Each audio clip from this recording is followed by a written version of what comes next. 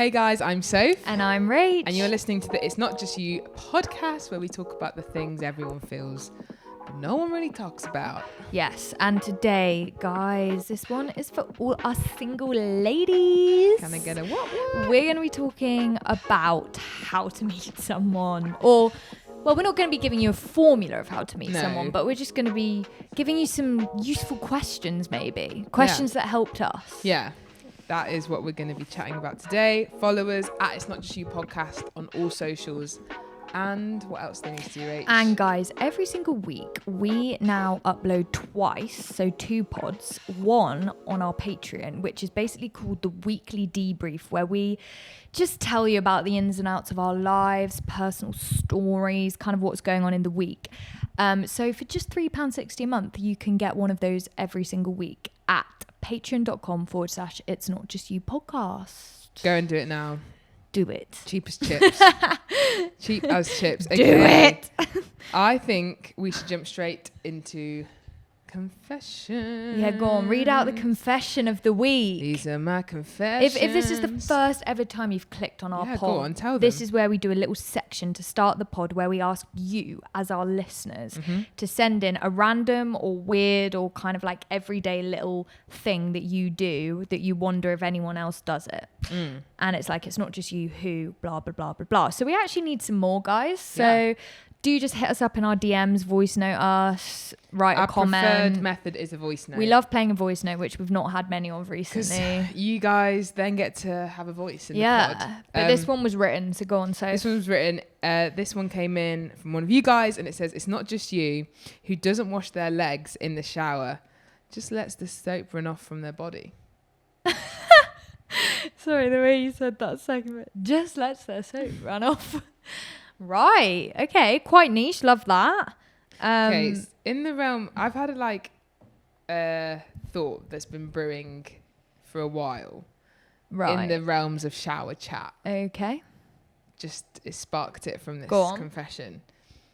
I don't know if it's like it's either a male thing or it's like a white person thing. Okay. But like not using any like utensils to wash yourself in the shower. Mate, I was literally about to say I didn't until I met you.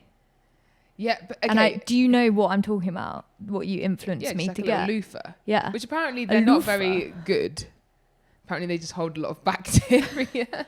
Oh no. But who told you that? Just keep seeing it on like, you know, these skincare people on TikTok. I don't care because I'm like, I'm washing myself. But I don't wash my face with it. Well, yeah, that's it. No, so it's like, just a good...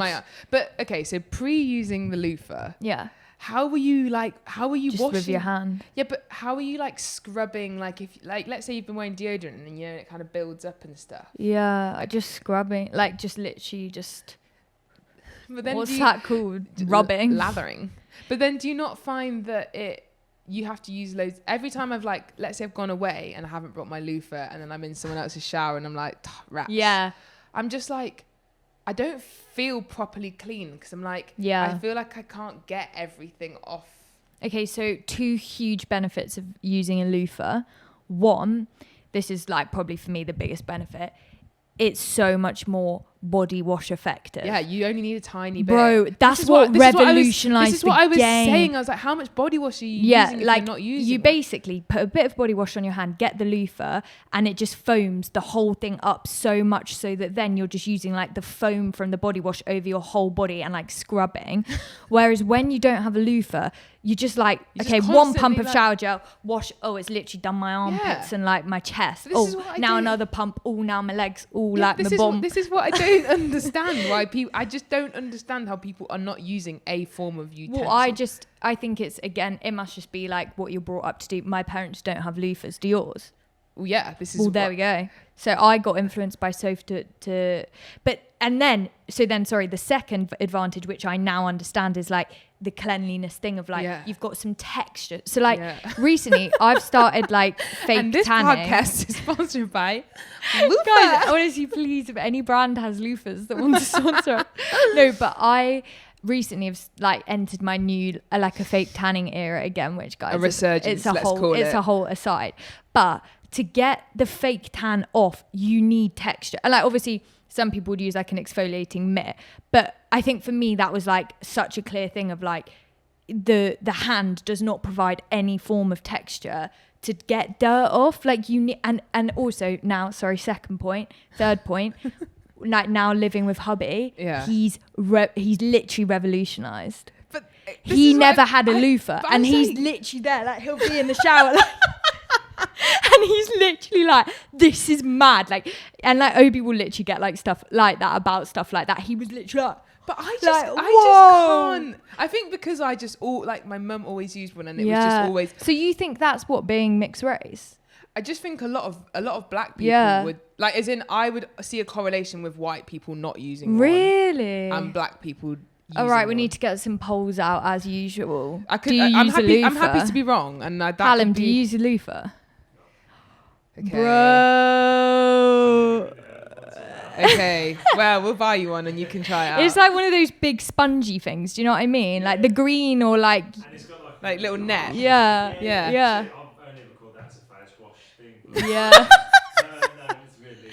Yeah, I do still use my hands for my face. Yeah, it's too much for the face. What's the stuff that has the bits in it? Like, Oh, yeah, a scrub. Okay, yeah. Like, the shampoo stuff. Yeah, that's good. You can use that with your hands. I think that's better first. Yeah.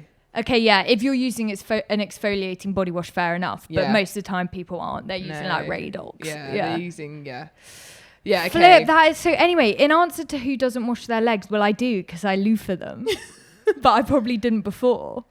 Well, this is the thing. Do you? Do you loofah every part? Do you loofah the underside of your feet? Not always. If I know I've been at wearing the moment flip-flops I am, and like walking around barefoot, then I would, but then also I'm sometimes hope that just standing in the shower kind of does a bit of it. Yeah, it depends how dirty your legs are, do you know what I mean? But yeah, so I can see the logic with the leg thing. And in some ways I'm like, what is, unless you've actually got like a stain on, like. So interesting, just in a bigger context, like how are we taught to shower? Like everyone just has the ways they shower based off what? My mum didn't put me in the shower and be like, well, maybe she did. She probably did. Like, you need to wash your armpits. Mum, did now. you? But I realised the other day that when you next time you go in the shower, try and like almost halfway through turn your brain on, and you realised how autopiloted your shower. Like, you go in the shower and the order that you do everything in. I'm not thinking, armpits now. Like, you just... Would you shampoo, condition, then shower gel? I would shampoo...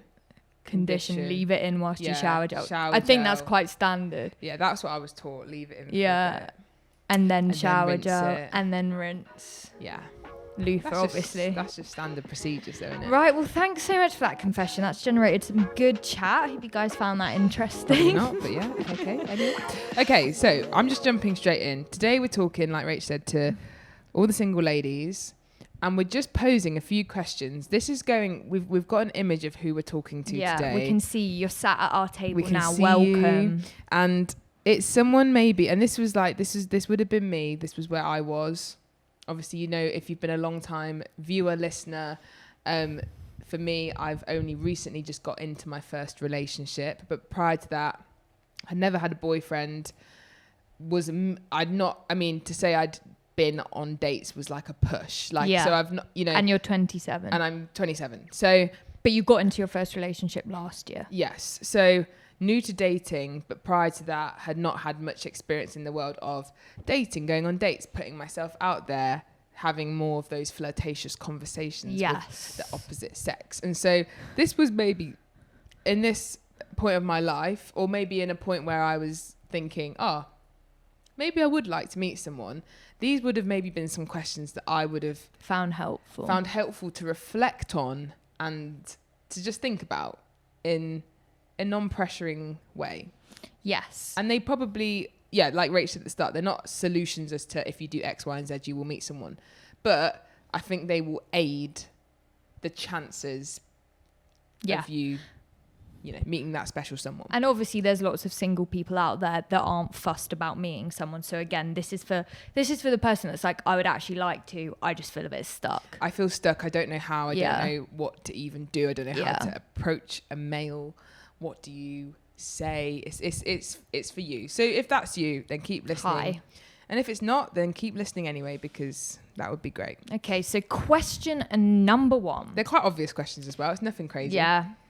Question number 1. Are you actually putting yourself in places and spaces to meet someone? Yes.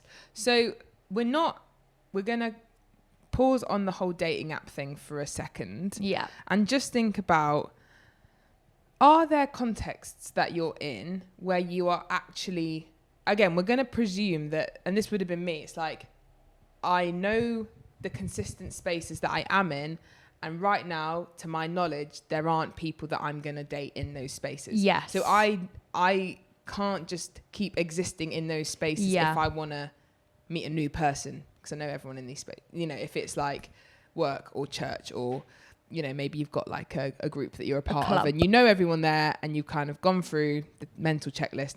I don't think we're going to really vibe, and we're probably not going to date each other. So where, like, what you're doing? And, you know, sometimes it's just as simple as starting as, you know, are you leaving the house? Yeah.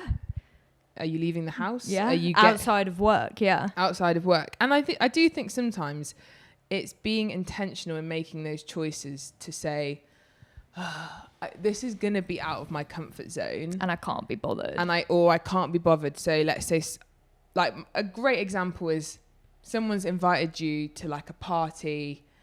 You know 1 or 2 people there, but the majority of people you don't know. And you're thinking, could do a night. It's going to be a bit long because there's not my safe people that I could just stand in a corner and chat with. I'm going to have to make new conversation with new people that I don't know.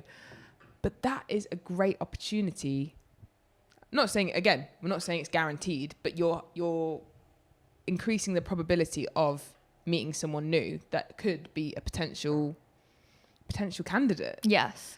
And I feel like this is how you met your boyfie, isn't it? Oh, in terms kind of yeah.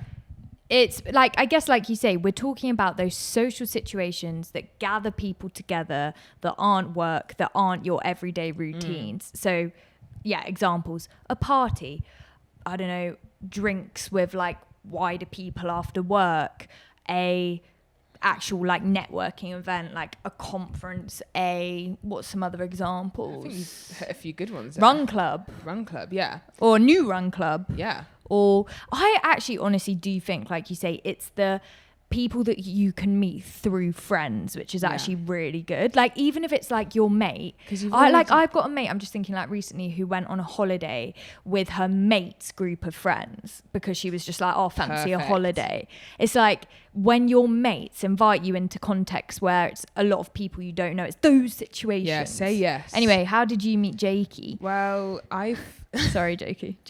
I met him, well, again, it was through a mutual friend. And it was actually originally just at church on a Sunday. Yeah. Okay, so that's not really a new environment. No, but we then properly connected, and it was at a like conference that our church puts on. Oh yeah, I think say that's where you met in terms of for this example. Okay, so we met at a conference. No, but that is where you. That's where things. That's where you introduced yourself, isn't it? No, it was at church like the year before that. Okay. But we can go on to some more pointers in the next point about how that ties in. Okay. So question 2 is, are you engaging in conversation with people when they talk to you? And by engaging, we don't mean just like giving like replies to what they're saying. We're talking about how you're actually being in a conversation with someone. Some may call this flirting. But I think, okay, so we actually years ago did an episode about flirting. Yeah. And basically in the whole episode, we were talking about how neither of us are very good at flirting. And what even is it? It's quite, sometimes it can feel like, I don't know, it feels like you either have it or you don't. You're either one of those people that's like really flirtatious and you find it really natural and easy, or you're just a bit like, hey mate, like, and that was us. But I think there's a spectrum to flirting. And on one end, you have the like, oh my gosh, hi, like, yeah.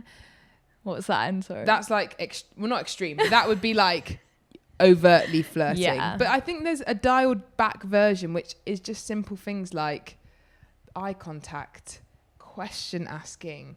Oh, I don't want this conversation to end. How could we prolong it? Right. It's the intentionality of just, like, I know people, and would have friends who are maybe like quite comfortable or like settled in their singleness, but like deep down they do want to meet someone.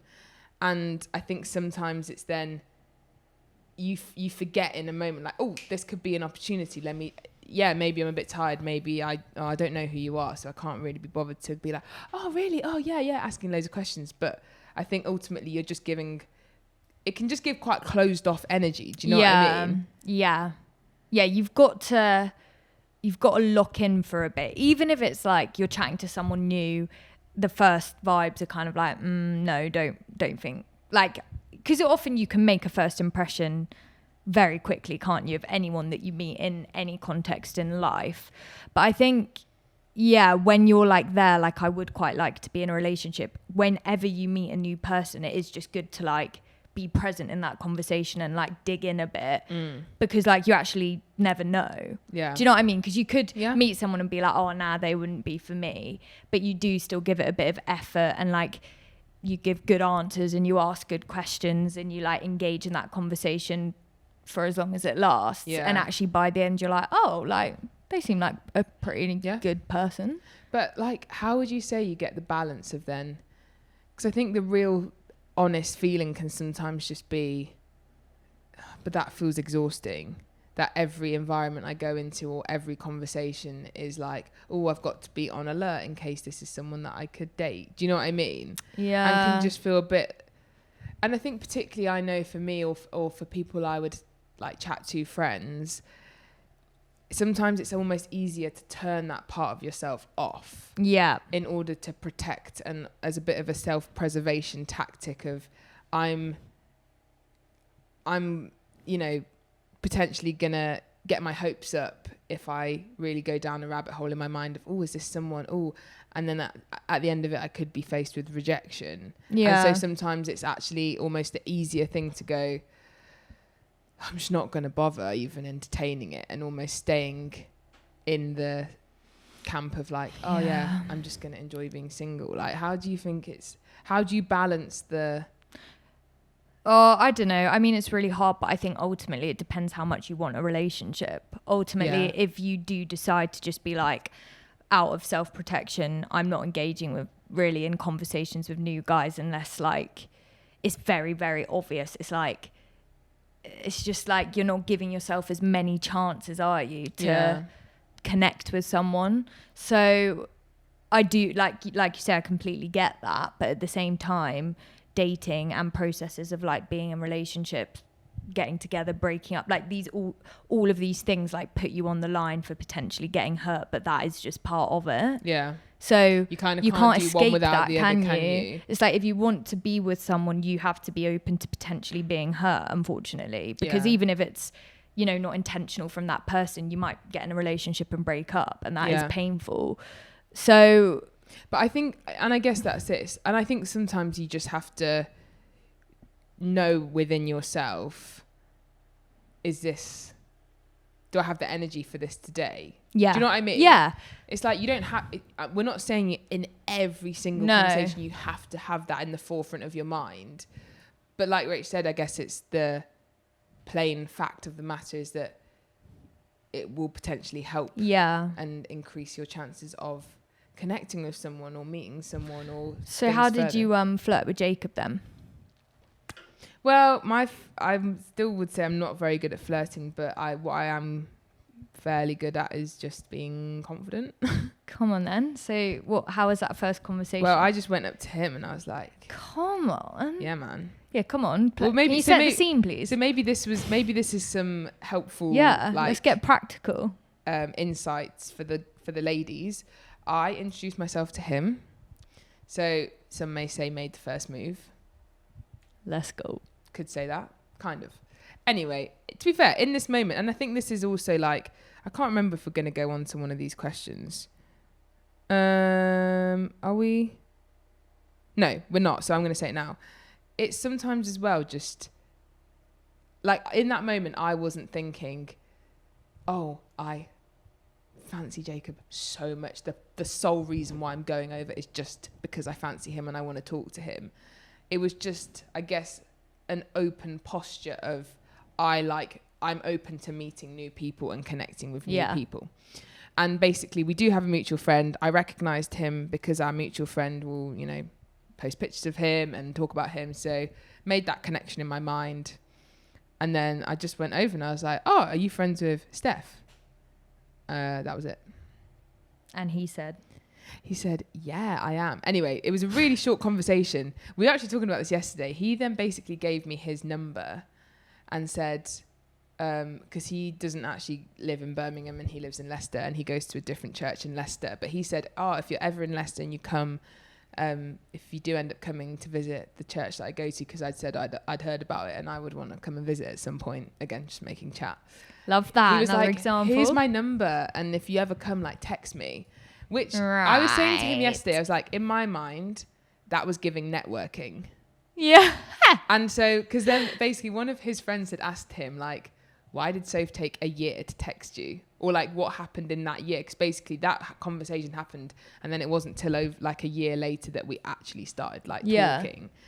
So I think when people look at that time, they're like, so he gave you a number a year ago and then you didn't talk for a year and then you texted. But I was just, in my mind, I just didn't necessarily presume that that was like a flirtatious or potential like making a move thing. So I think, again, that's a learning point for me, point of feedback for me, which goes on to, can we jump to the last point now? Because I think that kind of, basically one of the next point we want to make is don't put yourself in the friend zone automatically. Yes. And I think for me, I just kind of was in that mentality of like, well, he's obviously not flirting with me, so it must just be network vibes.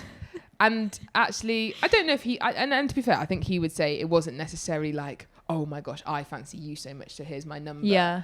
But it was like he was saying yesterday, he's like, you know, I don't give my number out to loads of people. But Yeah. I was like, I don't know that, do I? Like, anyway, but for me, I think my mind probably just immediately jumped to, oh, he's only given me his number because it's like a contact. It's good to have contacts in these churches, isn't it? Anyway, so that would I think, yeah, just speak into that point of just not straight away presuming. Like, I know, again, like so many chats with people where from the outside, you're kind of seeing some facts and you're going, yeah, I think this person actually likes you. And they're like, no. Like, they wouldn't like me. Like, we're friends. And you're like, okay, you might be. I'm not saying 100% I know, but there is actually a chance that they could. Why have we immediately ruled that out? Yeah. And I think often there's context of if you've been single for a while. Yeah. Or, you know, you haven't dated someone in ages and you get very used to being single. It can just be even more easy to put yourself in the friend zone, almost again as this kind of like self-preservation vibe, but also just like that's what you're used to at that point. So it's kind of like straight away you're meeting guys, you're right bro, how you doing? Yeah. You Hey right, mate. Guys, honestly, like a few years ago, like I would use the word bro quite a lot. I actually called my husband mate, probably a controversial point there, but What, still now? yeah, like as in obviously not like all the time, but like particularly if I'm being sarcastic, I'll be like, you're right, mate. Or like, I'll call him mate. But anyway, found out that obviously like for some guys that's quite offensive. Or just like they don't enjoy being called bro. So just a heads up, if you are out there calling lots of guys bro and you're single and you're wanting to meet someone, just dial it back, guys, dial it back. It's what could be some, yeah, I was going to say, what could be some alternatives? Name. Well, I think just again, it's your personality, isn't it? I'm quite a like relational. I would probably be looking for a nickname anyway. Vibe / Yeah. you just go for like, you're right, bro. Like, or yeah, or sometimes to be honest, I have been in contests where I can't remember someone's name, so I call them mate. Yeah. Yeah. Anyway, so maybe just like remember their name. How about that? How about that? I mean, if you like them, then you're definitely going to have remembered their name. Straight in with like, babes. Yeah. Perfect. Hun. Okay, and then the final cue we have for you, if you're listening, is do you know what you're looking for? Again, slightly controversial because we have done episodes talking about the fact that is having a type always helpful? No, not always, because you can end up with someone that you totally weren't expecting to end up with. But I would say if you are just struggling to get out there, it can sometimes be quite useful to know vaguely the kind of guy you would like to be with or the kind of guy that you're wanting to date, because it can even help you to just narrow down things around like the type of spaces you might meet someone in. Or so like, let's say for example you are quite set on the fact that you want to date someone who lives in your city. That can just help then with almost like discerning where I might meet someone or where I might not. Again, just to say in reality that might be, you might end up with someone who doesn't, and that completely shocks you because of like the vibe of the person that you meet, and you just want to be with them no matter where they live. Happened to me. But I do just think that if you do have certain things that you are not going to budge on, you may as well know them and know a bit of like, okay, I could start with this kind of guy, or like trying to find someone like this, and then if I go on a different direction, cool.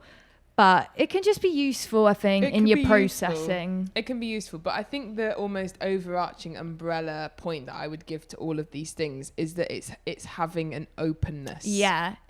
For me, I had some things that I knew I wanted, like that I would see in my boyfriend Jacob, like that are really like, I knew that this is the type of person I wanted to be like with. A dancer. He's not really a dancer. Yeah, he is. Like, when you say dancer, I'm thinking of like Ashley Banjo. Yeah, but he can still like move and groove. Yeah. That used to be your number one priority. No, it wasn't. it was something you'd always say. And I think he can. Not that I've actually seen him tear up the dance floor, but like he's got a vibe. Yeah, okay, fine. We'll go with that. Okay, anyway. I just like that you like to keep bringing this up. What? The dance thing. Oh, do I? As in, I feel like at least twice you've mentioned it in a pod. That's just because I'm like, honestly, bro, you would say about the dancing thing. I don't think I would that much, would I? Okay, clearly. Just over the years. We've known each other 10 years Okay, now. fine.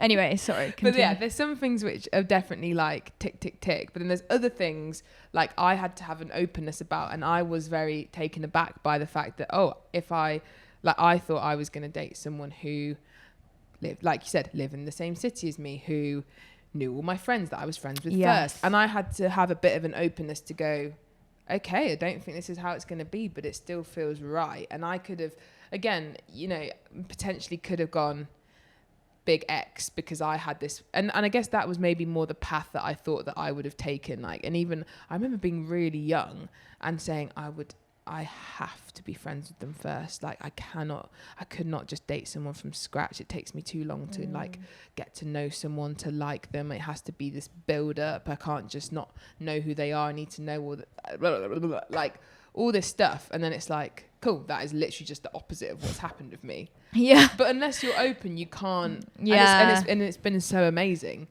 But I think it's just, and it's like you're saying with the getting out the house or getting into different spaces or in conversation, it's like all of it is just linked to openness, open body language, opening up the conversation, opening up the opportunities to meet someone. So again, this is for the people who are maybe feeling stuck, and this was me, never dated. You don't even know how to step into that world of dating or to approach someone who you maybe are interested in, or maybe you can tell they're interested in you. And I think that would be my landing take home point, is just be open. Just be open. And it sounds so simple, and maybe it doesn't feel simple, but I think that you will know maybe where there's parts of yourself that you've closed off a bit or hardened or shut down. And like we were saying, I do think a massive thing that we can't hide or shy away from in this conversation is it's very vulnerable. And it's scary to open yourself up. And actually, there's so much to be said for, maybe you are trying to self-preserve, protect, do some stuff that, maybe softens the blow if there is a rejection. Okay, well, like I didn't really pursue it anyway. But there cannot be, like you were saying, you can't step into relationships loving someone deeply without vulnerability. So you kind of gotta pay the price to enter the game. Yeah. And would be intrigued to know, guys, what questions you would ask someone who's feeling a bit stuck. We're open to being wrong or to being challenged. Go for it. So in the comments, leave your own questions. But if you are single and listening to this, hope this was useful to some extent. Yes. And let us know how it goes. Yeah, guys, keep us informed. I want to hear some success stories. Yeah, imagine. Going on the journey together, guys. But yeah, we'll see you in our next episode. Goodbye. Bye, people.